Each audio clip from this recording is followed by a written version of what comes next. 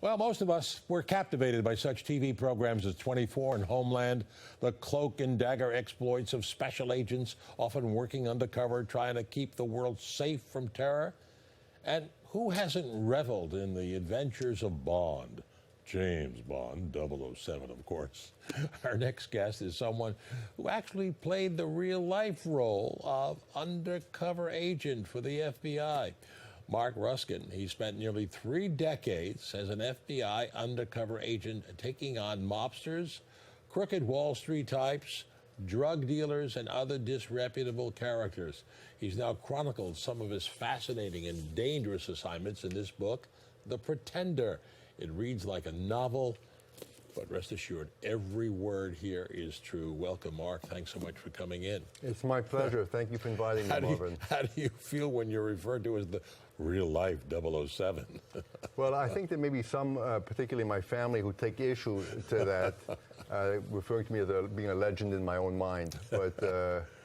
But you've 27 years as an undercover agent for the FBI. There are only about 100 undercover agents in the Bureau.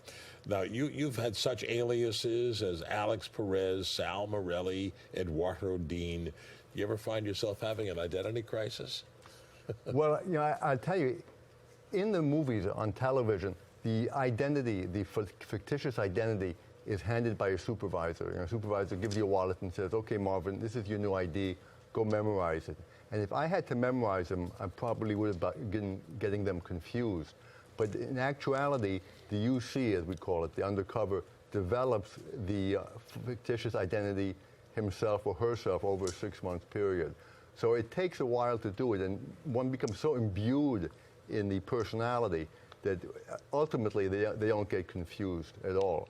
What got confusing in the early 90s, at one point I had one beeper. I don't know if you remember, in the old days we didn't have cell phones, we had pagers.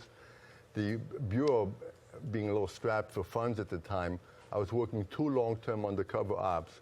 One is Alex Perez and one is Sal Morelli, and I had 1 pager. Oh my God. So if a call came in on the pager and I didn't recognize it, I wasn't sure if they were beeping Sal or Alex.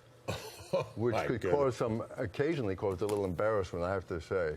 Now, in your book, you say, learning to lie is one thing, learning to live a lie is another. And there were times you had 3 and 4 assignments at the same time, different identities. How did you keep them straight? Well, it wasn't always easy. Learning to lie, I mean, when you work in law enforcement and many other fields, a certain amount of lying is required. My first supervisor in San Juan had explained to me, if I'm searching for a fugitive from a bank robbery, and I'm interviewing people in the mountains, and I tell them I'm looking for a bank robber fugitive, I'll have a blank face. If I tell them I'm looking for a child molester, I'll get cooperation. So a certain amount of lying is almost a prerequisite. But to be a successful UC, you really do need to live the lie. My first case, Comcorp, my first long-term deep undercover case, was on Wall Street here in New York. And in that case, I was working 7 days a week, 24 hours a day as a commodities broker. And I had to live the lie. I mean, I was no longer Marc Ruskin, I was H. Marc Renard. You really got into the character. I had to. And the Renard name was a bit of a play on words. It means fox in French. And I was the fox in the chicken coop, so to speak, trying to... Did your cover ever come close to getting blown? That they figured, hey, this guy's a cop, he's a G-man?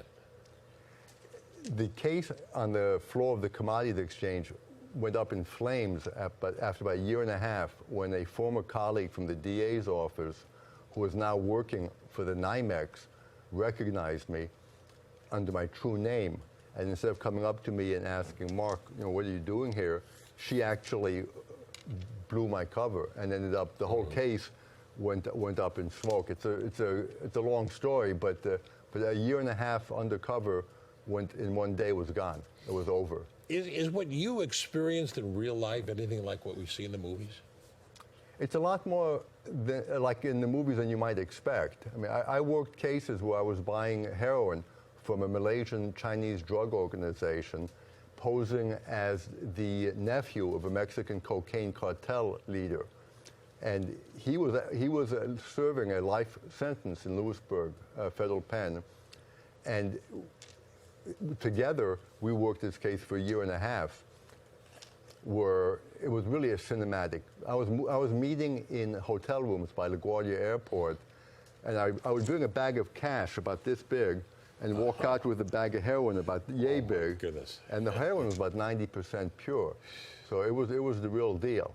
And you know, there'd be a squad of agents outside the hotel surveilling me. But the thing with surveillance when you're working UC is that basically they're there to pick up the pieces. If something goes wrong, in 10 seconds you'll be dead. I mean, way before the surveillance team can get there. Did you ever have any close calls? Really be in a dangerous situation? I was in one situation in the Bronx, in the South Bronx, in a place called Holy Land Travel, where I was working with another undercover agent who was posing as my client. This was the case where we were trying to find how mafiosis, fugitives, terrorists were obtaining legitimate fraudulent documentation, driver's licenses, social security cards, green cards. And I had found this fellow in the South Bronx who was selling this kind of stuff. And I would bring my clients who were other FBI undercover agents.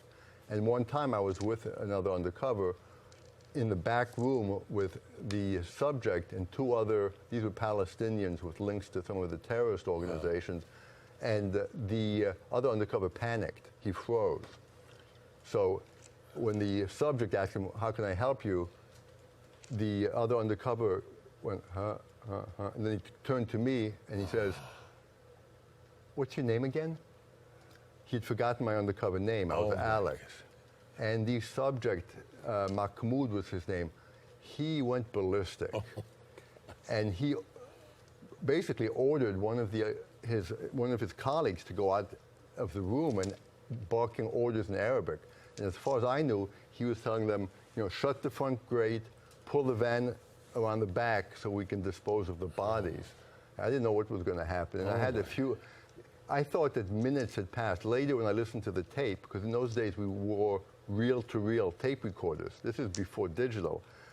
Only a second or two had passed. But it was a frightening moment, and it's documented in the book. Frightening? What about the stress on your body, the ticker going there? There must be the adrenaline rush.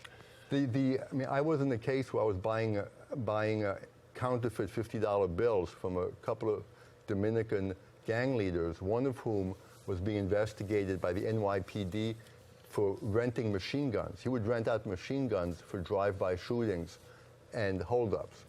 So these are some of the kinds of people I was dealing with. And you were dealing with organized crime, mafioso. You were posing as an international jewel thief.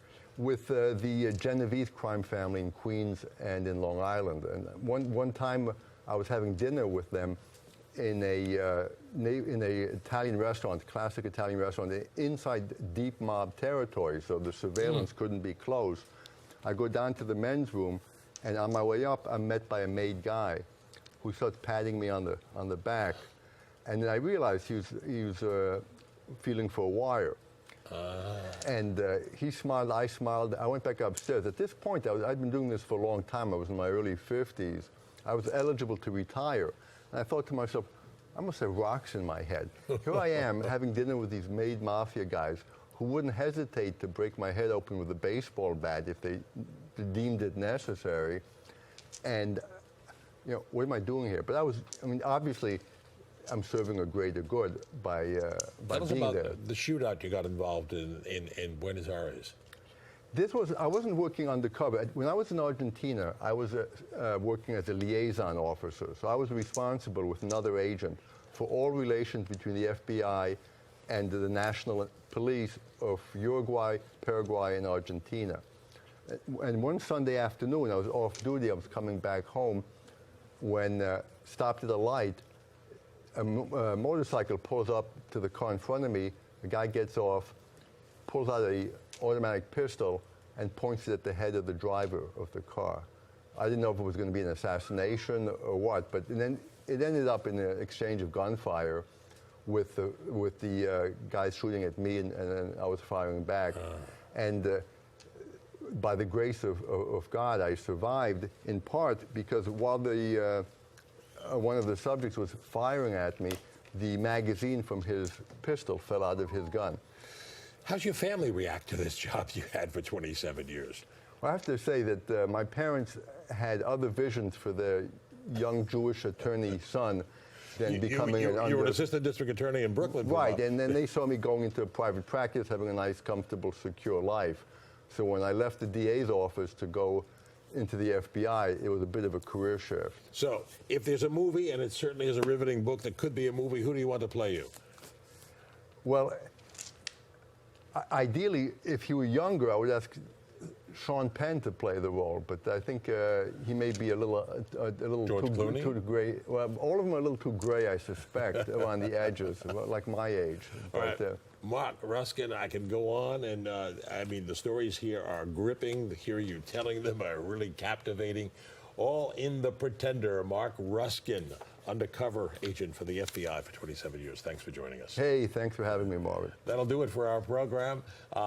If you want to see any part of this program, you can watch it again on PIX11.com. Thanks so much for joining us. I'm Marvin Scott. Enjoy the rest of your Sunday, everyone.